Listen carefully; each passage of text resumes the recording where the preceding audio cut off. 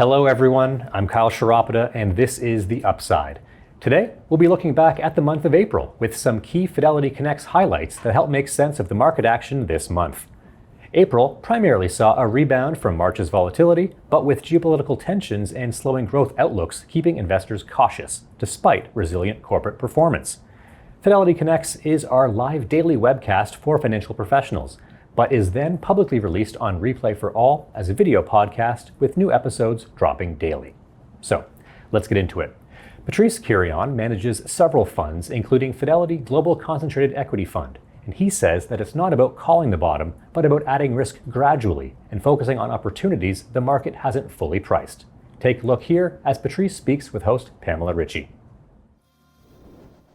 Because of everything that we know that's going on right now, how the approach to your fund has shifted, if at all. You're looking to the world and beyond. Has that changed in the last month?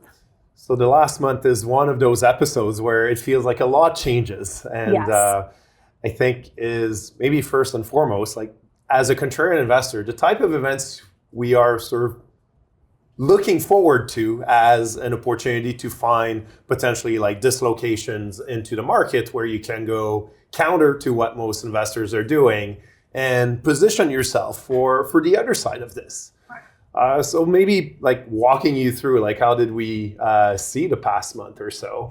I think the first thing I always start there, like when we get like big events like this, is to ask yourself, is that something that is consequential, not to like the directly impacted like regions or society, but is that consequential to the global economy? And this clearly was an event where it can be consequential to the global economy. Right. To call how long it will persist, which is what matters most, is nearly impossible. Like we went just like think yesterday, thinking there's no end in sight, it's just escalation after escalation, and last night we get a ceasefire. So I think trying to pinpoint like when do we go all in the market is a very challenging, nearly impossible thing to do.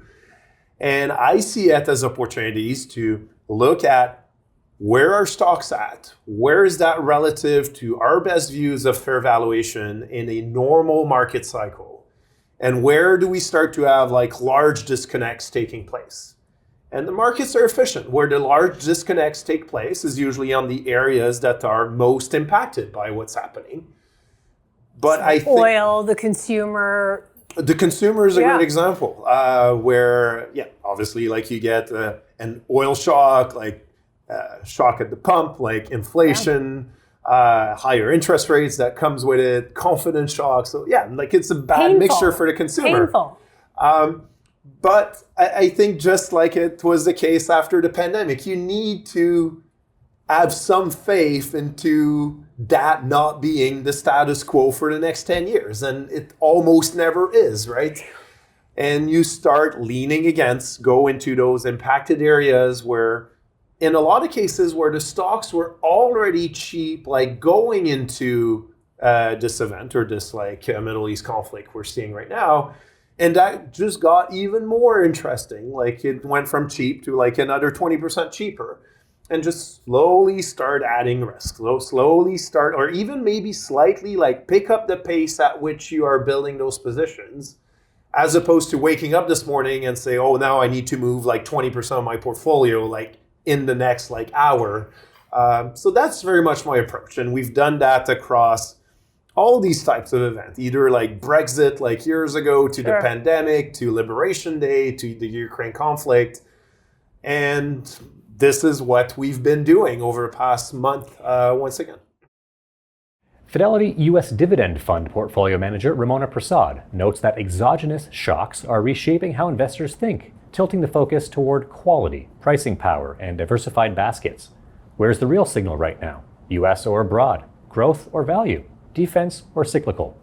Ramona, who is based in Boston, joined us here in studio when she was in town a few weeks ago. Take a look. So I do like building portfolios that are what I consider reliable, to use that word again, that are resilient. And so I'm not looking for big, chunky alpha at any given point in time. I'm looking for much more steady excess return over time, that when you compound it, that ends up being very big excess return, especially on a risk-adjusted basis. So if you risk adjust it, it's smooth.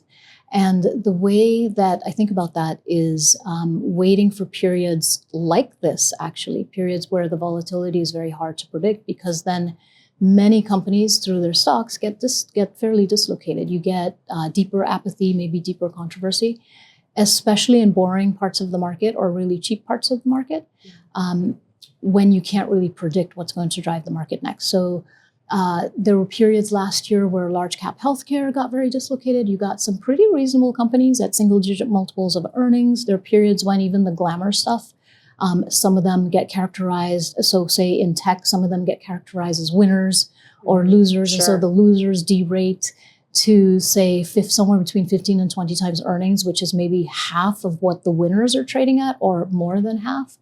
And you essentially then go back to the research, do a lot of analysis, figure out, are they really going to lose as much as this valuation implies? Yes. And that's your opportunity. So I think we're in that kind of environment. So you do. So it's really interesting on the valuation side of things. How do you go about it right now? Because it does seem like there was a drawdown. There have been drawdowns. It was compared to the tariff tantrum last year, but it really has righted itself quite quickly. So I guess just take us through what it's meant to you the last sort of month and a half in terms of finding There things. is a speed now, and sometimes it can seem like it's an accelerating speed. So accelerated drawdowns into accelerated recoveries. And Yeah. frankly, it has like a manic quality to it, which when I see that, part of it is technical in machines. There's a lot of non-human elements to the way securities are priced.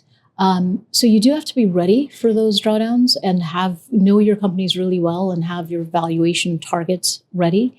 So yes, it has snapped back very quickly. I am generally you asked me about valuation. I am generally looking for valuation disparities. That's fundamental to my process. So an example is, let's take the entire US market and let's take the most expensive versus the cheapest part of the US market. And let's measure that difference in valuation today versus what that difference has been over time.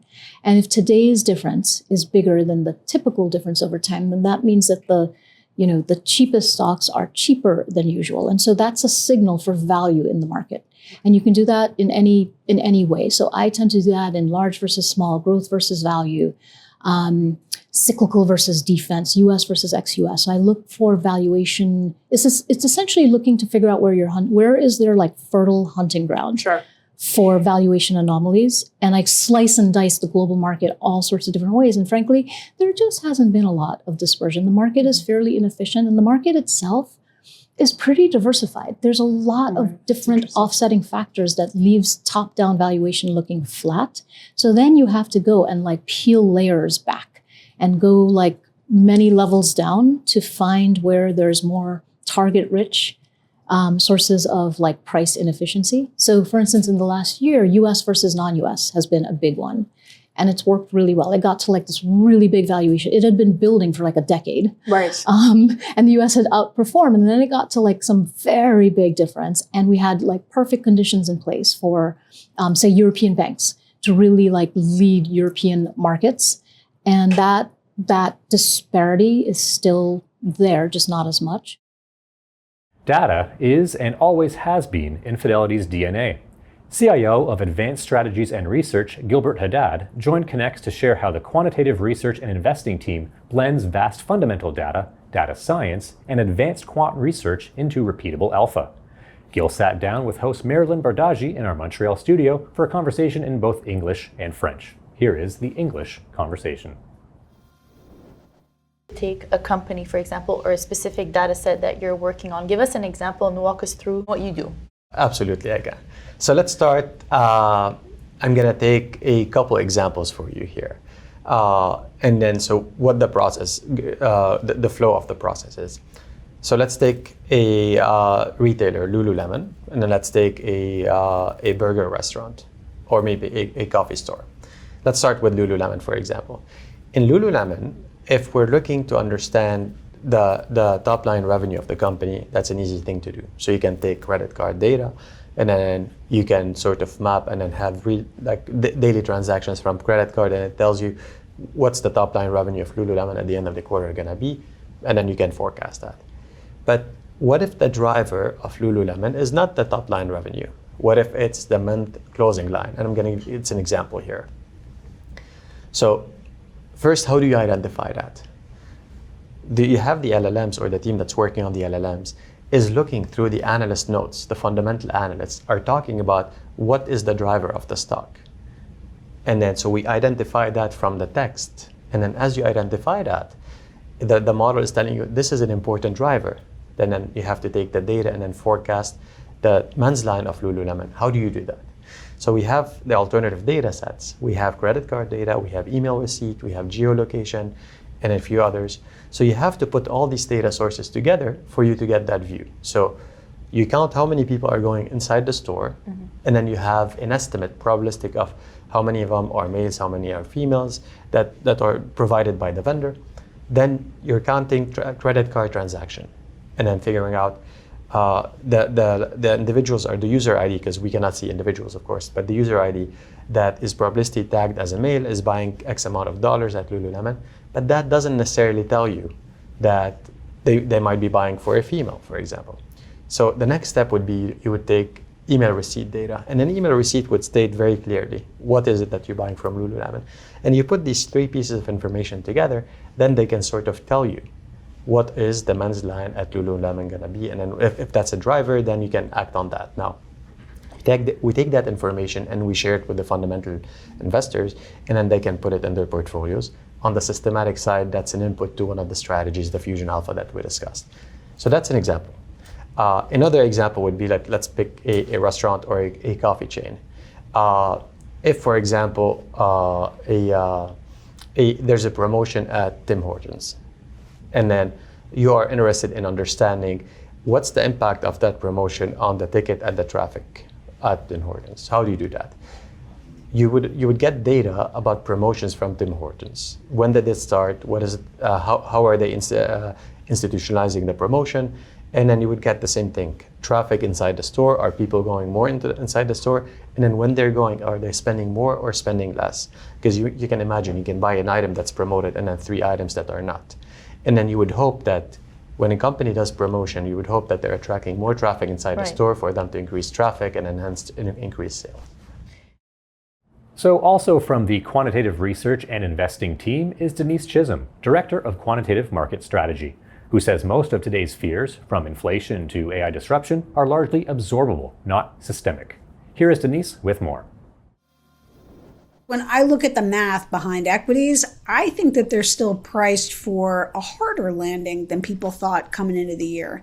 And I say that because what has been very different this cycle is what I would say any measure of fear in the equity market. You could look at the VIX, you could look at valuation spreads. You just see a disproportionately fearful equity market relative to most of history, especially without an actual economic recession. So when investors, a lot of the questions I got, well, yeah, but stocks are up a lot. They've been up every year for 3 years and they're expensive. Doesn't that mean they're priced to perfection? Look, I can't tell you the exact answer, but I can tell you that if that math was priced to perfection, I would expect to see some probability curves that lower your odds of an equity market advance in either of those circumstances, high valuations or a lot of momentum. And I just don't see that historically. There's just not a relationship. But there is a relationship between fearful equities. And that has been what is different this time. So you say, okay, Denise, well, you're relying really heavily on just one signal, fear in the equity market versus fear in the credit market. But you can see this now being confirmed with a top decile valuation compression over 6 months.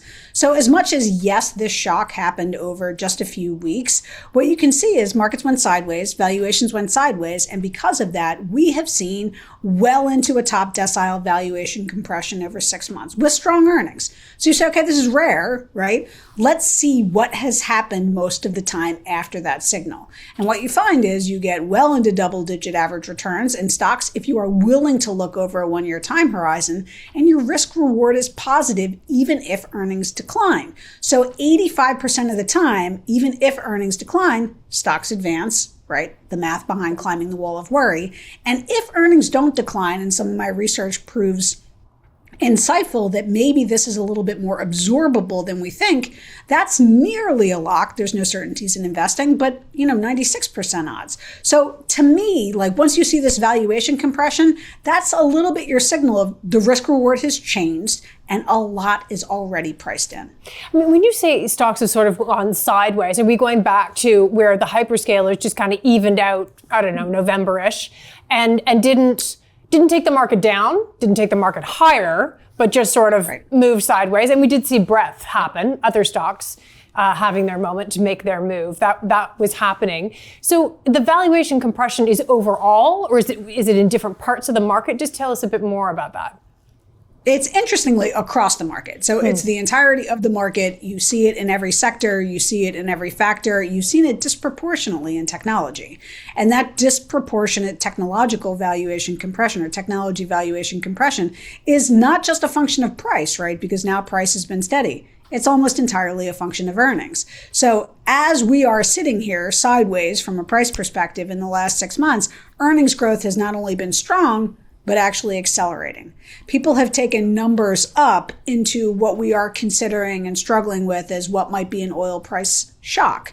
And we're seeing this play out in real time at the levels we're seeing now in oil prices. People are still taking numbers up for a lot of companies that aren't energy, right? I mean, the disproportionate advancement in earnings growth has actually been seen in technology companies. So now you're sitting with the bottom tercile valuation, which shows you the same thing in technology as it does for the broader market.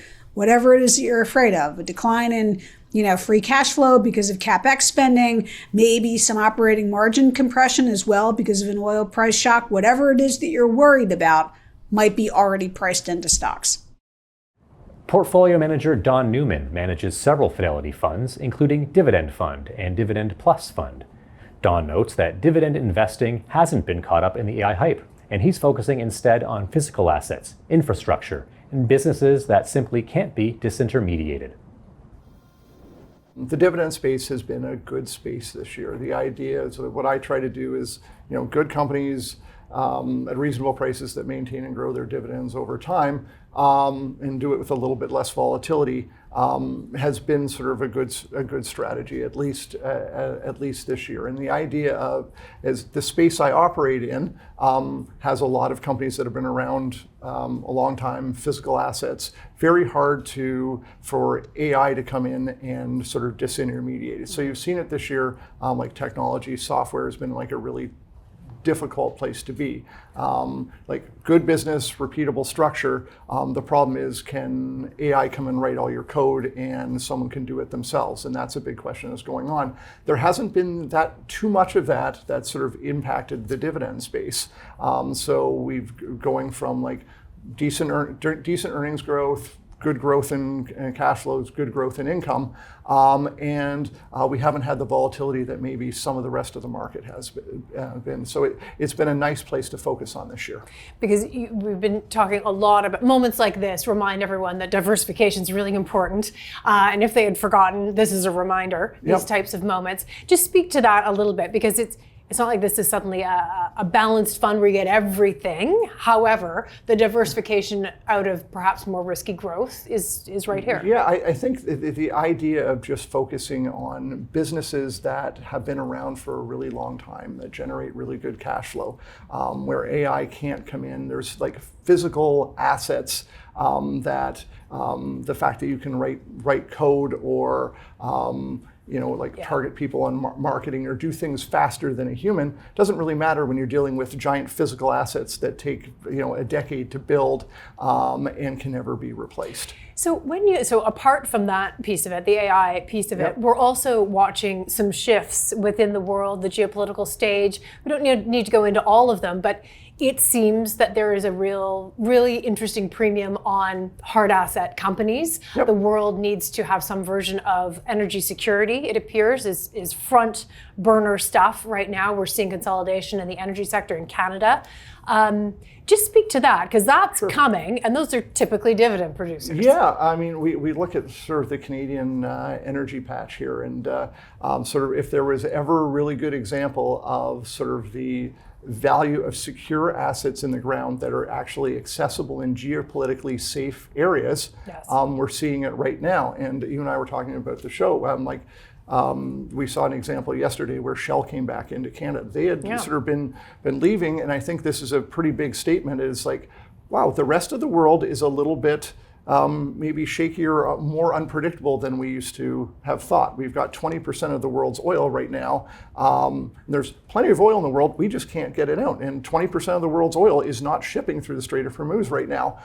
So oil sitting in Canada, or natural gas sitting in Canada, in a geopolitically safe place where you know what you've got security of what you're buying, and you can actually get it out of the country, and you're sure about what you own, and that 10 years from now you probably still own that asset, Right. and frankly, if there's not a bomb being dropped on it, is a pretty good place, or pretty interesting place. So there's probably a premium that starts to get put into the market for those type of assets.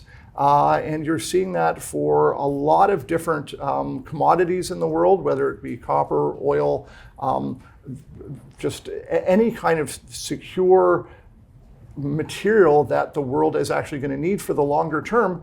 It's not as acceptable now to be sourcing that from parts of the world that may not be as stable as what we have here in Canada. Early in the month, we heard from Alon Collette, institutional portfolio manager on Fidelity's global asset allocation team. The recent geopolitical risk is the backdrop for their timely thought leadership paper, Conflict Favors Commodities in Canada, which makes the case for owning commodities in an inflationary world, and why Canada might be better positioned than markets appreciate. Here's Alon with host Glenn Davidson. You're going to clear up everything for us, which is wonderful. Sounds good. I'll try. Humor me. As a music guy and a musician, I just wanted to kind of relate all that we're going through and what investors are seeing to a very enduring song from Led Zeppelin, Dazed and Confused. Is that a fair connection to what investors may be feeling today? I mean, I think that probably makes sense, right? So, fantastic track as well, especially the live version, which I know you've heard and listened to many times. That I think that is a fair assessment, because what we're witnessing right now is, a really significant supply shock, and that's resulted in an inflationary shock. Right? We know what it's done to stocks and bonds, right? So there's a lot of moving parts here. Mm-hmm. I think what a lot of people are trying to grapple with right now is assessing the duration of this impact, right? Which, if anyone tries to tell you with certainty that they know the duration of this, they're kind of lying. Right? And like so, a communication breakdown. There you go. Exactly. Another good reference. So, that is, I think, what investors are trying to grapple with right now. And our process and the way that we manage our funds is a research-based process. We look through a lot of this volatility and just focus on, the medium to long term and what we can do for our investors that way. And can you remind us, the global asset allocation team, which you've been part of for a long time and is enormous at Fidelity, the whole group meets, and I've forgotten, but was it on a quarterly basis, a monthly basis? It's very frequent in Boston and globally, I guess, electronically. Can you talk about frequency of communication? Yeah, so, I sit with my colleagues, just around the corner here in Toronto with David Tulk and David Wolf and John Knowles as well. With regards to the funds that we're talking about today, it's myself, David Tulk, and David Wolf, right? Sort of 20 years of combined Bank of Canada experience. That's a core input into our process. But the broader team, which of course we'll never hear from, they're never up here on the Connect stage, they're absolutely critical. Right? Mm-hmm. These are folks that, many advisors will never meet, but, that they are absolutely critical to the day-to-day management of these funds, the creation of new funds, how we think about inputs. And we meet with them, we're talking to them very regularly, but we meet with them on a scheduled basis every month And it's a meeting I run where we bring together anyone that works on our funds, whether it be a quantitative analyst, an asset allocation researcher, our portfolio analysts, anyone that works on our funds. We meet once a month for a meeting that I liken sometimes to a parole board interview. I mean, it's a little bit more pleasant than that, but we are examining every fund, every risk metric, every position, and thinking about the philosophy, investment philosophy embedded in our current positioning, and if it's resulting in what we expect to see. That's a critical meeting. And then in terms of meeting with our underlying building block managers, right, as you know, we're talking to the Mark Schmales and the Hugo Lavallées and the Dan DuPonts very regularly. We have meetings with them on a quarterly frequency at an official cadence, but at an unofficial cadence or an informal cadence, we're talking to them as well very regularly, because what a company is saying and doing today shows up in the economic data 6 or 8 weeks later. I'm glad you mentioned the connection to the underlying building blocks, the portfolio managers. That's just a few of the portfolio managers that you talk to, because I was thinking of it just as the global asset allocation team. But it really, the amount of inputs you have is incredible. And the different portfolio managers, different styles, different capitalizations, and also different asset classes. Yeah, I mean, you know, for a recovering research nerd like myself, it's fantastic, right? Because one of the, you know, we have a 4-pillar investment process. It starts with macro. Macro is the world that myself, Tulk, and Wolf come from. So that's going to be the starting point for almost every conversation. But the bottom-up pillar is, what are the underlying managers and researchers saying about what's in terms of boots on the ground type of research. That's absolutely critical now. It stress tests the macro in many ways. And again, one of the best things about, I was in Boston last week meeting with researchers, is just the quality and the depth of the research is unmatched. So thank you all for tuning in today. Each of those clips was from a full 30-minute video podcast. All episodes are available on YouTube, Spotify, Apple Podcasts, and more. We are putting out fresh content daily, so for more from us, please look up Fidelity Connects or the Upside podcast. And the Upside, as you know, starts here as a streamed webcast and is our public first show, with the goal of simplifying investing content for all of you. To not miss a live Upside, head to fidelity.ca and sign up for the next webcast or the Upside newsletter. Thanks for watching today, and I hope you'll join us again. I'm Kyle Cheropita.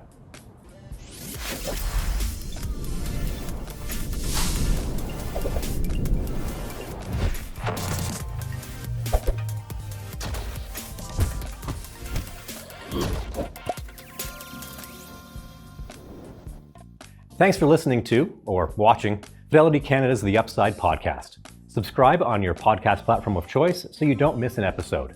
And if you like what you're hearing, please leave a review or a 5-star rating. Fidelity mutual funds and ETFs are available by working with a financial advisor or through an online brokerage account. Visit fidelity.ca/howtobuy for more information. While on fidelity.ca, you can also find more information on future live webcasts. And don't forget to follow Fidelity Canada on LinkedIn, YouTube, Instagram, or X. We'll wrap things up today with a quick disclaimer. The views and opinions expressed on this podcast are those of the participants and do not necessarily reflect those of Fidelity Investments Canada ULC or its affiliates. This podcast is for informational purposes only and should not be construed as investment, tax, or legal advice. It is not an offer to sell or buy or an endorsement, recommendation, or sponsorship of any entity or securities cited. Read a fund's prospectus before investing. Funds are not guaranteed. Their values change frequently and past performance may not be repeated.